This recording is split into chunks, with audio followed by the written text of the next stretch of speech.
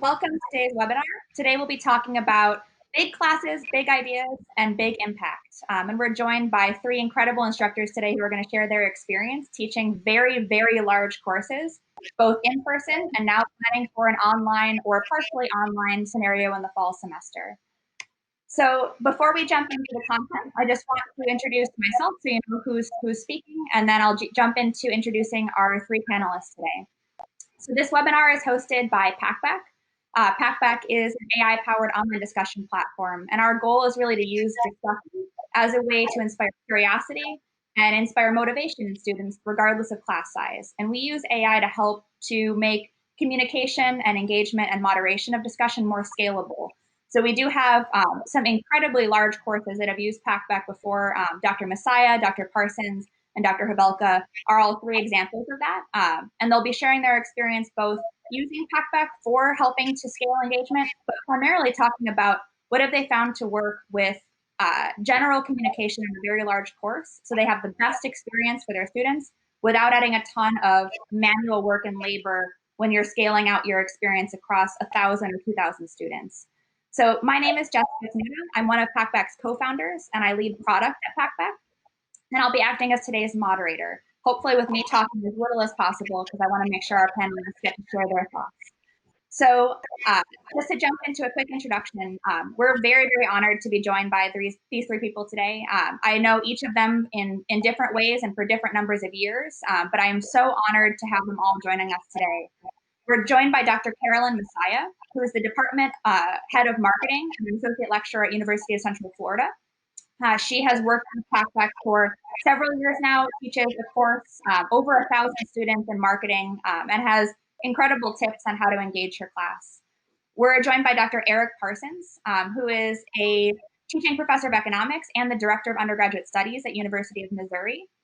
Dr. Eric Parsons has been using Pathback for about 1 year now, right, Eric? Yes. Cool.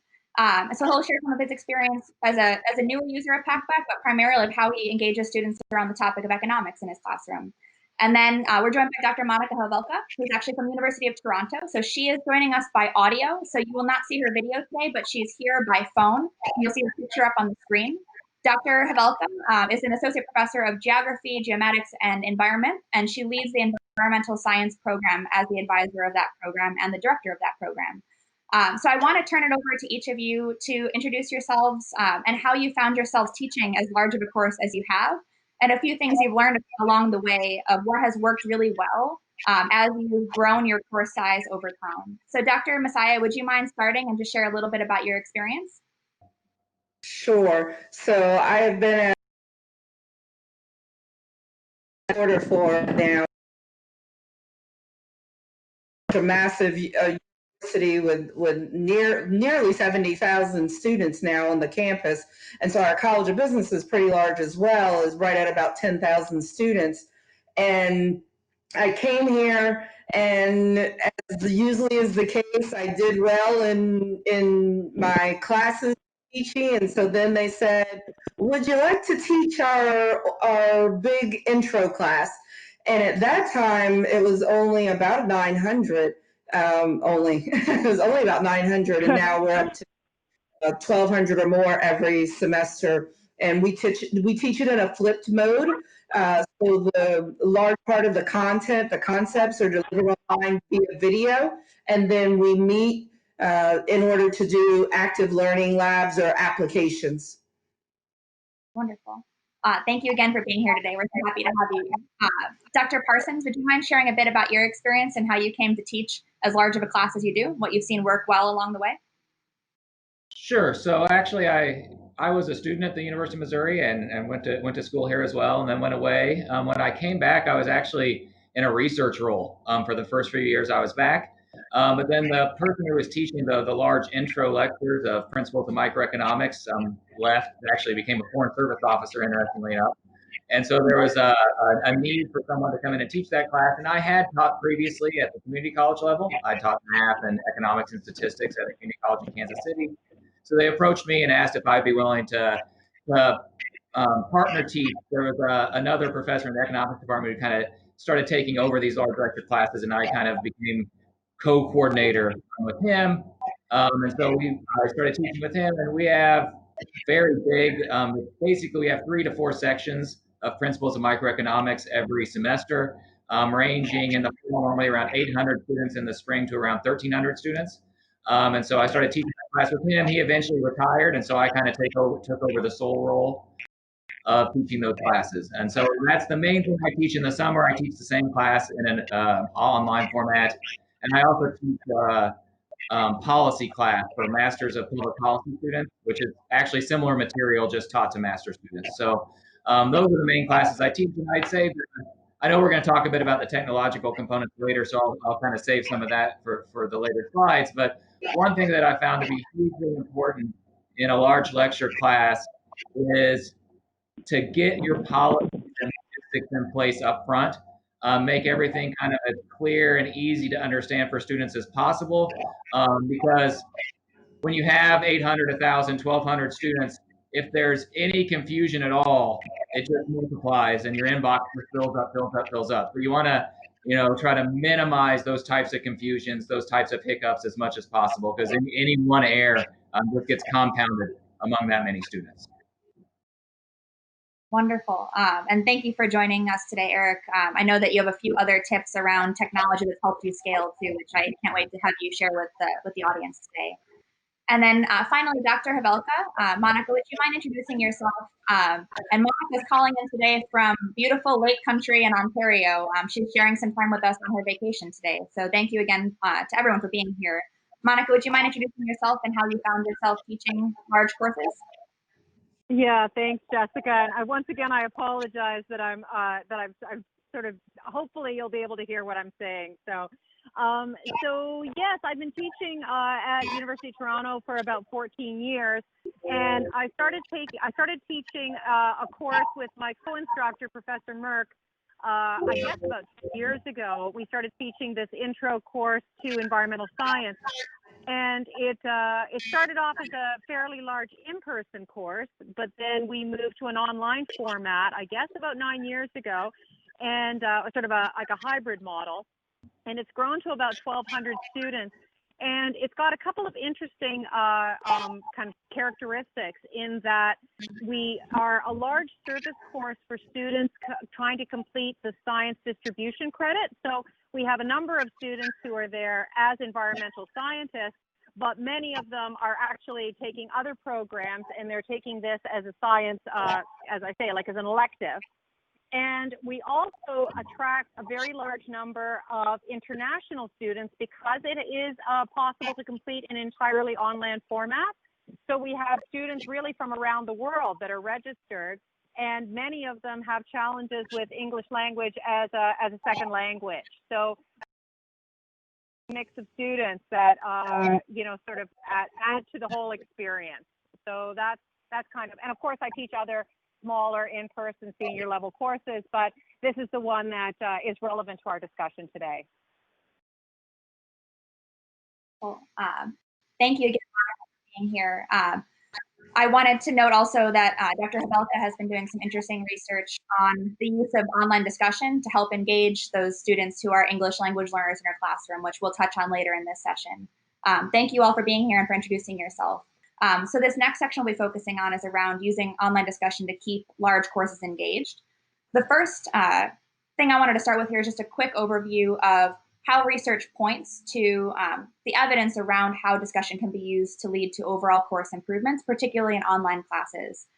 So I will share in follow-up to this session some of the studies that we've used to inform these recommendations, if you'd like to dig more deeply into the research. But there is great evidence to show that engaging discussion can lead to overall course improvements that extend beyond the discussion itself. A study out of Stanford CEPA by Bettinger looked at how students who were exposed to highly engaged peers and who received nominations or being named by their peers in the discussion performed better in class overall, and saw an even greater effect for students who were marginalized in the classroom. First-time college students, students who have been made perhaps less comfortable in that classroom setting. And inquiry-based discussion serves a particular goal in a class besides just the presence of discussion, focusing on both motivational and cognitive goals. We do a lot of work tied to Garrison's communities of inquiry model, looking at how cognitive processes are engaged when students are provided with the opportunity to have both a cognitive role in the community, a social role in the community, and a teaching role in the community. And what is typically meant by that teaching role is actually moderating with and engaging with their peers in a teaching capacity. So not just that the teacher is present in the discussion, but that the students themselves serve a moderatory role within the discussion. And high student-to-student interaction models typically tend to lead to higher level posts. This is a study done by Feng K in 2013 that we'll share out afterwards, which is a really interesting and somewhat counterintuitive finding, looking at when instructors play more of a guide role in the discussion as opposed to responding to individual student questions. The students are able to play a more autonomous and student-centered role in the discussion, leading to higher cognitive attainment in the posts. So I just wanted to share that as kind of a foundation for us to discuss from when we talk about how discussion can help a class with engagement and with overall student interaction. And with that, I'd love to turn it over to our panelists. Maybe Monika, if you want to start on this one, how has Pathback helped you manage and facilitate meaningful discussion at very large scales? And what ways have you seen students engage in and use their discussion posts and community in unusual or unexpected ways? Okay. So with the course that I teach, as I say, has sort of the unusual component in that it's a very, very broad spectrum course. It's an introduction to environmental science. So we cover a very broad range of topics. The joke that I always tell people is, if you can honestly tell me at the end of this course that nothing interested you, I will pay you your tuition fee back, and no one's taken me up on it, thank goodness. But because we really go soup to nuts with this course. So it's sort of a no-brainer with the discussions, because almost always students will find something that they can engage with. And so from a logistical, practical standpoint, I have a small army of TAs. We have TAs assigned to, there's a TA for each, for a group of 20 to 25 students that stays fairly constant. So they have somebody that will be interacting with them, praising. I jump in and I praise and I comment and so on. So we do keep that discussion flowing and lubricated in that way. And the students can provide me feedback if they feel that people are struggling or whatever. That's extremely helpful. But I just want to speak more to the idea of sort of the community building around that. So I had two really great examples that showed that it really was forming community within the small groups. And so the students have the ability to post to the entire, their Packback posts are seen by the whole class. And, you know, they can get a real sense of pride if their post has been featured and is visible to the whole group, but they do a lot of their interacting in these small 20 to 25 student groups. So it's almost like an online seminar, and that they get to direct the topics. And what's been really nice is we found that students are also choosing to study in those little pods, that they're getting together to form study groups when there comes a midterm or a final exam. So that's kind of fun to see. But what was almost more gratifying is we realized that there was actually like a student advocacy group. There was a bunch that found out that they were all pretty passionate about veganism and, you know, sort of the environmental implications of veganism. And we found out that actually they started a little campus group for promoting Meatless Mondays in the cafeterias that arose out of a random assignment to a Packback group. So I thought that was pretty cool. That's so cool, Monika. And I know Packback is a discussion platform that is continuous for the whole term.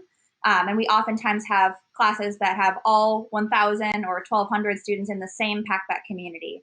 Can you speak to how you actually organized the students in your class? I know that you said you teach where each section of 25 students was engaging in the discussion. Can you speak to how they use the Packback platform in those smaller groups within the bigger discussion community? Yeah, so what we will tend to do is, well, we set this up randomly. Pathback helps us. We send them our roster. They sort of randomly divide students into these little pods of 20 to 25 students. And we assure the students that their posts will travel with them if for some reason they need to switch groups, if we have a group because of drops or something like that kind of collapses down.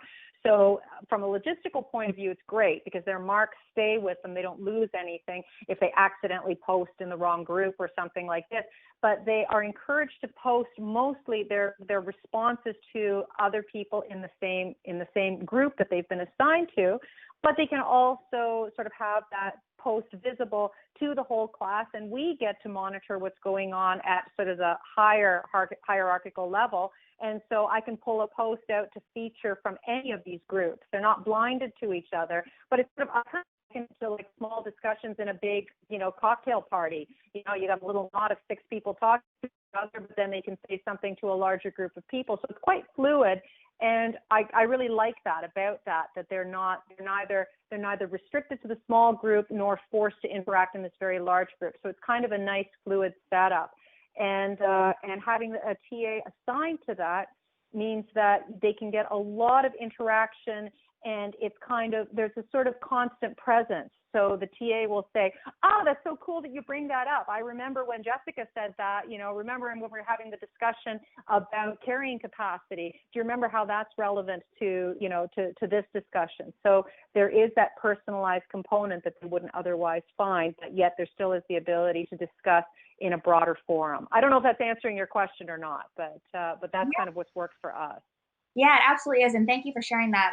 Just to bring that around for the audience, because there's a few questions related to that setup structure in such a large course.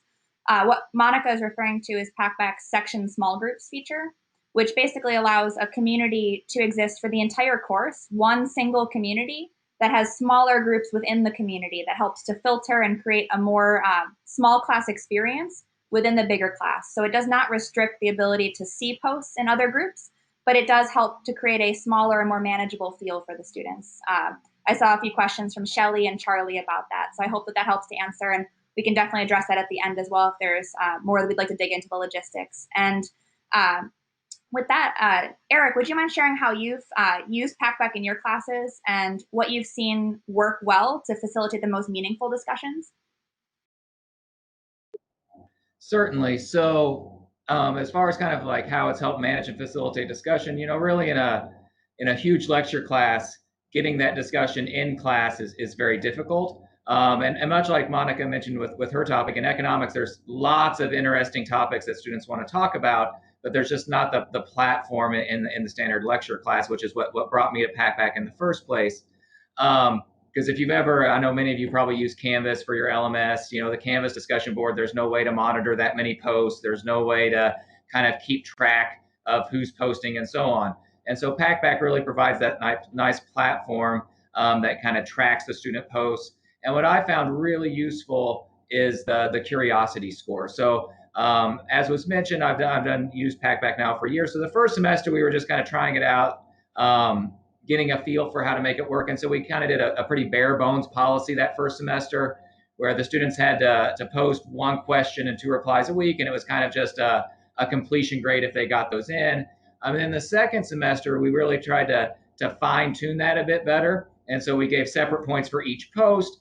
And I think most importantly, we added a curiosity score threshold. So for their original question, they had to reach a curiosity score of 50. For their replies, they had to reach a curiosity score of 40 each to get credit for them. And I think that really improved the interactions and the discussions that happened on Packback as having that threshold in place. Students were engaging more. They were writing longer posts. They were bringing in articles from the internet and so on. And it really helped with that kind of building that discussion in the class.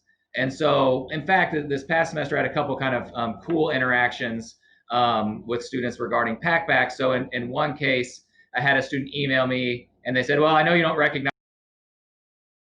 me from class Packback. And so I thought that was kind of neat.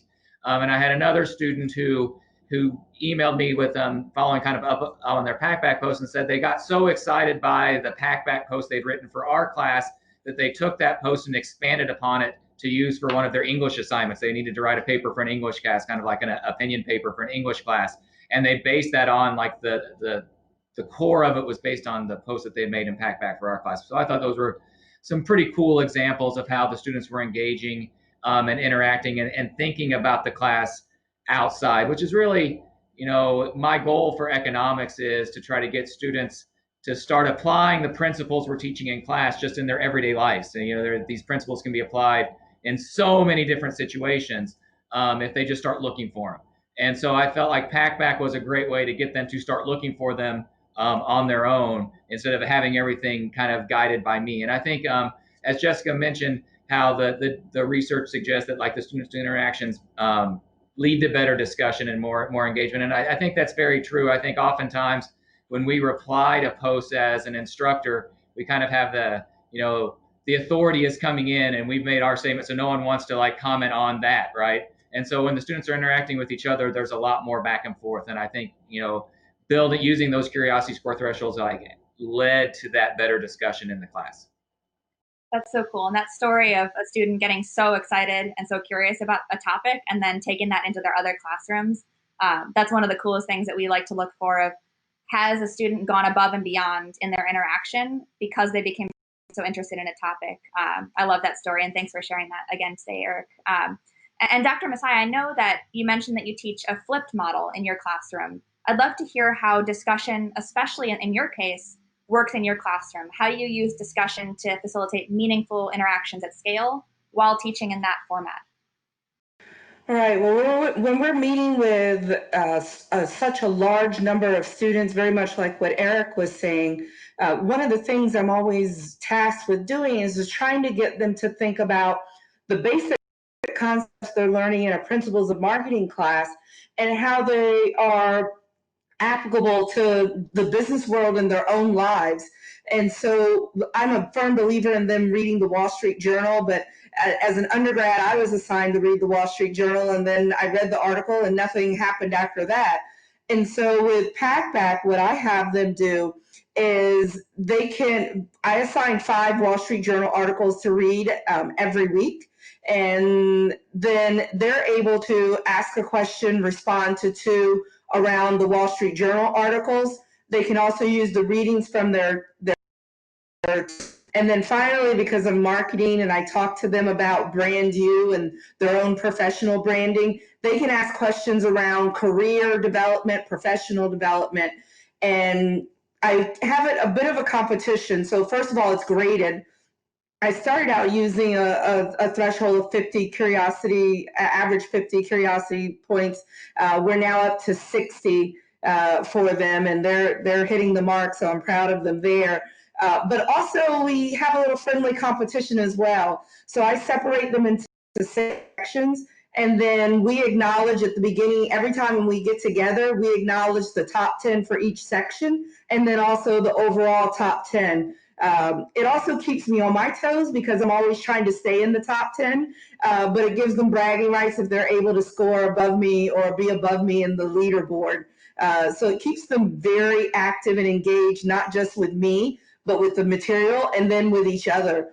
A great story I have to tell from that is I had a student do a question. We had read an article in the Wall Street Journal about Amazon. They posted a question about Amazon on Packback. It actually got a lot of feedback. I ended up pinning it to the top of the discussion post that week, and it got a lot of feedback. 2 months later, the student got an internship interview with Amazon. They printed out their Packback discussion, and that became the center of the discussion for their interview. And they landed an internship with Amazon. Amazon was so impressed that they read and then discussed with others some of their logistics problems that they were having. That is such a cool story.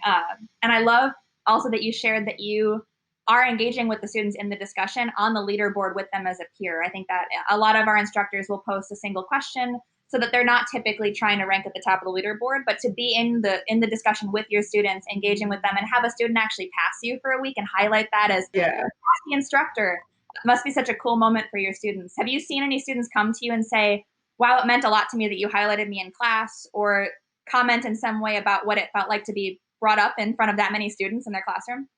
Well, you know what? So one day, when I had the PowerPoint up with the top 10, a student, I think he was number 7 or number 6. And so he came up to me, he said, can I get a picture of me with the PowerPoint that shows I'm number 6? I want to send it to my mom so she knows. Aww. So cool. And that definitely can happen in smaller classes too, but I think that there's something particular and unique about engaging and presenting in front of a large class like that, where you have an audience that's really looking at that student, it's really a meaningful moment to have them highlighted in that way. What a cool story. Yeah, we applaud them. They get applauded, and then particularly if they beat me that week, then I go over and I give them a high five. I give them bragging rights for beating me that week. So we have a lot of fun with it. Yeah. Cool. And I think that's a great segue into our next question. This is something that was born out of a story that Eric told me when we were preparing session. And each of our panelists had an incredible story about this as well. But in a large class, when you don't get to know each individual student on a one-to-one basis, you don't get to see them every day.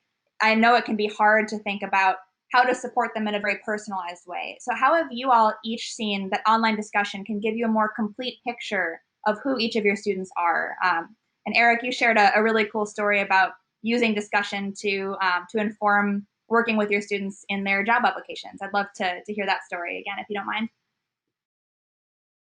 Yeah, so teaching the large lecture class, I get asked to write a lot of recommendation letters. So I often, have a stack of requests coming in for that. And in the large lecture class, it sometimes can be difficult to write those recommendation letters. I always ask students for resumes and so on, and I have the specific numbers from how they performed in the class, but it's a bit sometimes hard to add the flavor, except for those students who engage with me a lot. And so I had a student who was applying for medical school, actually, and he asked me to write a letter of recommendation for him. And his numbers were good, but they weren't outstanding. And his resume was once again good, but not outstanding. So there wasn't a lot of hooks to allow me to write this really solid recommendation letter. And so fortunately, he took the class in one of these semesters where we've had Packback. So I was able to go into Packback and look up this student and read their posts. And I could see from the ratings in Packback, they actually were in the top 10 over the course of the semester in Packback, and they'd written more posts than was actually required of the class, and were really engaged there. And I could also use it to judge their writing skills and so on. And so by being able to look at Packback and kind of posts, look how they're interacting, look at their performance in the top 10 and so on, it allowed me to actually write a much, much better recommendation letter for that student than I would have if I was just relying on the numbers in the resume, which is what I would have had. That's all I would have had prior to Packback. And so that's actually been a really nice use. And so I'm always a little bit disappointed when I have earlier students who are emailing me saying, hey, can you write me a letter? I'm like, oh man, I can't go look at their posts. I'd love to go in and see those. When the students in these last 2 semesters are going to get better letters out of it as a result, because I can actually go in and comment on their writing, comment on their interactions, and so on. That's so cool, Eric. And I think with the students posting their own questions, it probably gave you a picture of what they're interested in too. Did that student talk much about topics that were related to the field they were hoping to go into, or connect what they were studying in your class to their future applications outside of college? Certainly, that was definitely something I was able to write about. I could, specifically point to this student was very interested in medical related topics based on their posts, and I could talk about their critical thinking skills and their engagement, their ability to discuss and debate. So it really added a lot more flavor to what was going to be a pretty plain vanilla letter. I was actually able to come up with something really nice, largely based just on those Packback posts. Very cool. And Dr. Havelka, I feel like this would be a great time to share about what you've seen in your research with students in your classroom who were English language learners or international students coming to your class. How has seeing them engage in discussion helped you to support them in a more personalized way or get a more complete picture of your students? Oh wow, this really kind of exceeded all of our expectations. So this was, as I mentioned, we've got a very, very large number of international students, making up, I would say, about 40% of our class. So that's a huge number, and many of these students are very strong students, but have real difficulties. They still are English language learners. Many of our students come from China and from India and so on, and so they vary quite a lot in their English language skills. So we ran a survey at the end of our last class, and that was really after COVID hit, and we thought, oh Lord, this is going to be a disaster because nobody's going to actually fill this out. We had really strong compliance with, we had over 600 people filled in the survey. Close to 90%, it was 89% were consistently sort of saying that not only that they enjoyed participating in Packback, that they found that it was really helpful. Many of them also mentioned that they felt that it really helped them understand in sort of a very low stakes way how not to plagiarize, that they had that sort of the flagging in Packback around, did you cite your source properly and so on, was really helpful for them to wrap their heads around sort of proper citation and so on. So that was an unexpected and really interesting comment that was made. But we asked quite a few questions about how proficient did you feel in sort of your language skills for writing, for expressing yourself verbally, for expressing an opinion, and so on. We were pretty granular about this, and we were surprised at how many students felt that they really improved. Now, we have not really, that was their subjective feelings about this. We haven't, dug deep into the data yet to be able to sort of objectively assess whether we felt that their posts were actually improving over time, but they reported that they felt much more comfortable. And that's a huge thing that I find, especially with a lot of the international students, is that they are very shy about their language skills and they don't particularly like to interact. And this is a really nice way for them to sort of try out their argument skills and so on, their ability to formulate an argument in, as I say, are kind of a low stakes way, and it's really worked. And so there was one thing that I did want to mention. It's a little bit of a sidetrack, but I think it's important in the sense of, talking about who our students are. One thing that we did notice in a few occasions that students would sometimes bring up things that were really quite personal on Packback. They would really bring their own personal experiences and sometimes even like concerns about struggles and stresses in school. And that really spoke to me. At first I was thinking, I wasn't prepared for this. I thought this was all going to be content. But it certainly spoke to the feeling that they did feel that it was a supportive community, that they were being listened to. And that was really important for me.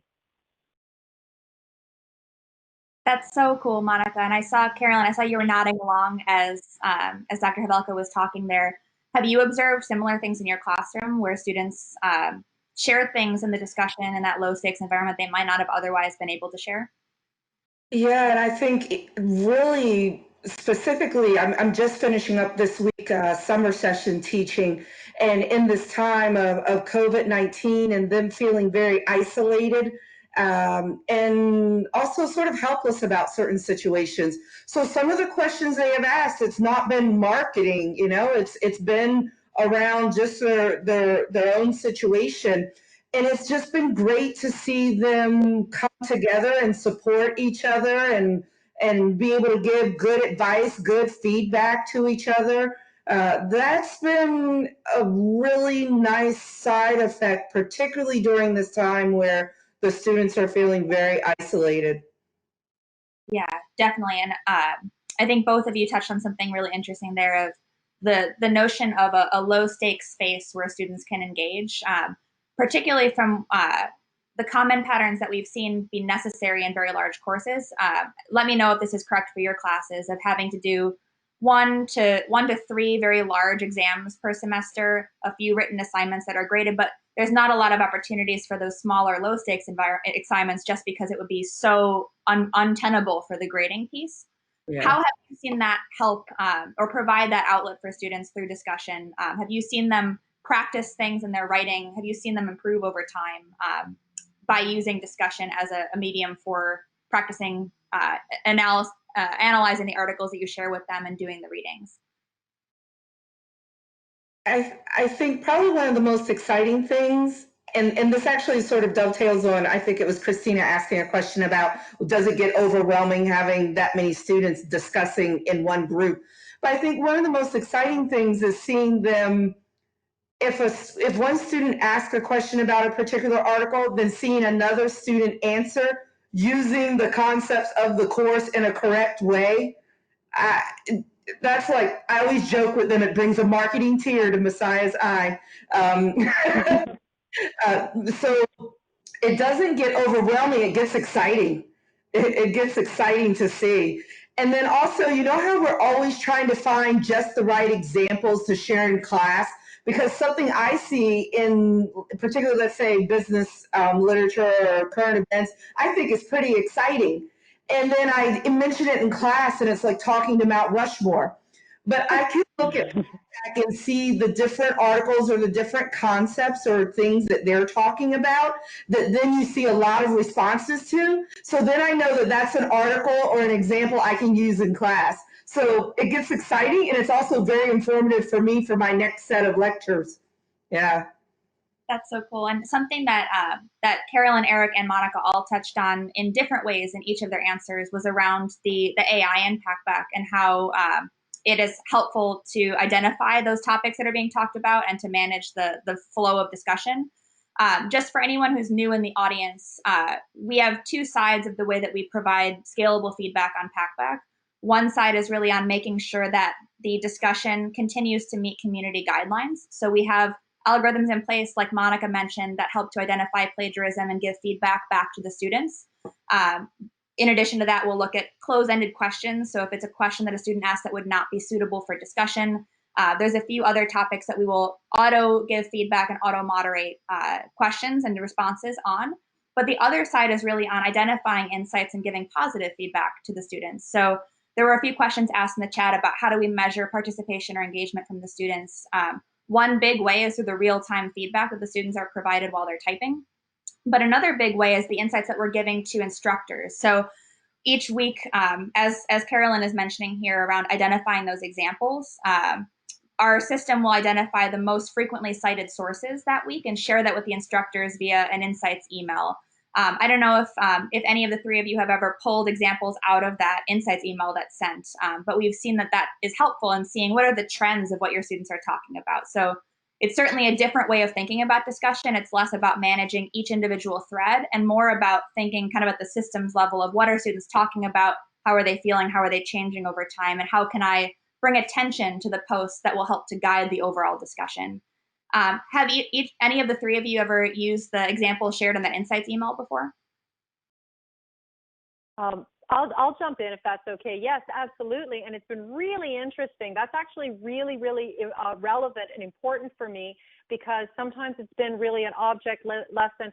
So I've got two examples. I don't need to go into the details. One where students found a story that I was unaware of that was really interesting. And so I actually did end up making reference to it in class, but then also talking about the credibility of sources, because I saw in one occasion where students were citing something that was potentially a pretty biased source. And I thought, yeah, it's an interesting story, but I'm not sure if this is necessarily the best source. And so we were able to have a bit of a discussion around where these stories come from and so on, which again is a really difficult thing to get into. It's either personalized feedback, when you're trying to cover all your topics in lecture, that's not necessarily something that you would be honing in on unless it is like a media class or something like that. Or it would be feedback after the fact that somebody's written a paper and you say, well, I'm not sure if these were great sources. It's in a very fluid kind of environment that you could say, interesting that you would pull this out of, whatever. But you do realize that this is being pushed by an advocacy group that is, presenting a specific point of view. So it lent to a really good, which is very important when you're talking about environmental topics. So it was a good sort of talking point. That's a really cool example. And I think it's a great transition into the final topic for today's webinar, really around using insights to guide scalable discussion interactions with your class. Give me 1 second to change the slide here. I got a little bit of a lag. So I want to ask our panelists, what are some solutions you found for scaling the impact of each of your individual interactions with your students? So rather than spending time on every individual interaction, opportunities to engage with your students that have an outsized impact on the overall class performance. And maybe Eric, would you mind starting on this one? Sure. So that's one thing that I really like about Packback. Obviously, in a class of 800, 1,200 students, 3 posts a week, or 2,400, 3,600 posts every single week, there's no way to engage, probably let alone even read all of those posts. And so Packback actually has lots of really nice all the students can see that engagement, that people are. It's me. I also have a co-instructor. So, and some of our head TAs also get involved with this as well. And good posts, I often look at kind of like the undiscovered. That's one other great thing about Packback. There's lots of filters that allow you to kind of look for, undiscovered posts or posts that are getting high curiosity scores. So they're a well-written post, but they aren't getting. I like to start there, but you can also filter by what are the hot ones that people are commenting on, what are the most recent, and there's lots of cool filters to kind of sort down and find ones that you're interested in commenting on. And then when you comment, you can pin the post, so it becomes like the first post that everyone who enters Packback, they see that post because it's sitting there, it's pinned at the top of the feed. You can feature them in the newsletters, and then you can also give praise or coaching. I tend to give praise in Packback. The coaching can be like a private side email with the student, but I often will use the praise as my way to comment. Instead of making my own reply and commenting that way, I'll use the praise. And so you can praise the student, which they get a direct email for that. Then it gets featured in the weekly newsletter with all the featured articles that myself and the other instructors have kind of flagged as being very good posts. And then I always try to find that very best one that I like for the week to pin to the top. And that one really gets a lot of attention because it's the very first thing everyone sees. So with using those, you can actually have a pretty high visibility and a high impact on the other students without spending hours and hours reading and commenting on posts on your own. And so I really like that feature of Packback, both the ability to filter to find the posts that I'm most interested in commenting on, and then kind of advertising those comments out to everyone so everyone knows that people are reading the posts and they are engaging and so on. It sounds like a theme of your experience there is really looking at how do you make your comments really visible, and how do you do that in a way that helps to guide the other students by setting an example for them. Dr. Massiah, have you either done anything like that to help guide with examples, or found other ways that help to reduce the number of emails coming to your inbox directly and instead help students solve their own problems and answer their own questions in their class overall? Well, outside of Pathback in the learning management system, I use that message students who tool. We have Canvas as our LMS, and every time I have an exam, I send out 3 messages using that message students who. I email the students who have done very well, telling them, great job. I email the students who have not taken the exam saying, here's a reminder, here's when the makeup exam is, and this is the rule, and this is the policy for that, which will cut down tremendously on emails. And then last but not least, the third group that I'll email always are those students who have not done well on the exam. And I email them to say, wow, I saw your exam grade, I'm concerned, I want you to reach out to the graduate assistants to review your exam. I'm rooting for you. I'm in your corner. And that one right there, I think, is probably one of the most important mass communications that I send that scales the impact for students. Because most times it's the students who are doing poorly in your class that need the most attention. But with these size classes, we're just not able to do it one-to-one. And so using that message students who tool in Canvas and being able to do that, it always amazes me the amount of appreciation I receive from students who get that email from me. That's so awesome. And you've definitely, both in this conversation and in past conversations that we've had, I just continue to see a trend of looking for ways to show that you care on a personal level, even if you can't meet with that individual student one-to-one. So just for the question. Can I real quick answer the question that Carol just asked? If you're using Canvas, in your grade book, at the top of a grade column, there are those little dots for the pull down, and the tool is message students who. And you can fill in who did well, who didn't take the exam, who did a certain percentage above or a certain percentage below. But it's called message students who, and it's at the top of all your grade columns in Canvas. Awesome. And Monika, would you mind rounding us out at the end of our session here with some tips and tools that you found for helping to scale the impact of your interactions, either through Pathback or through other tools? Yeah, I mean, both Eric and Carolyn have touched on a lot of the same kind of things that I use. I do find I use a lot of praise, and it's kind of, you can do a little bit of cheating. Like, I'll have a bit of a cheat sheet of things that I've already written out, and I can just kind of paste and just be able to say, hey, that's such a cool post. I love hearing about your personal experience, and I don't have to sort of rewrite it every time, but you know, it's not visible to them that I've just sent that to a few other people, but it does make it a little bit easier on my end. But you know, the praise is super appreciated. But like Carolyn said, what is sort of surprising to me is, you know, I think I'll back on my experience as a student.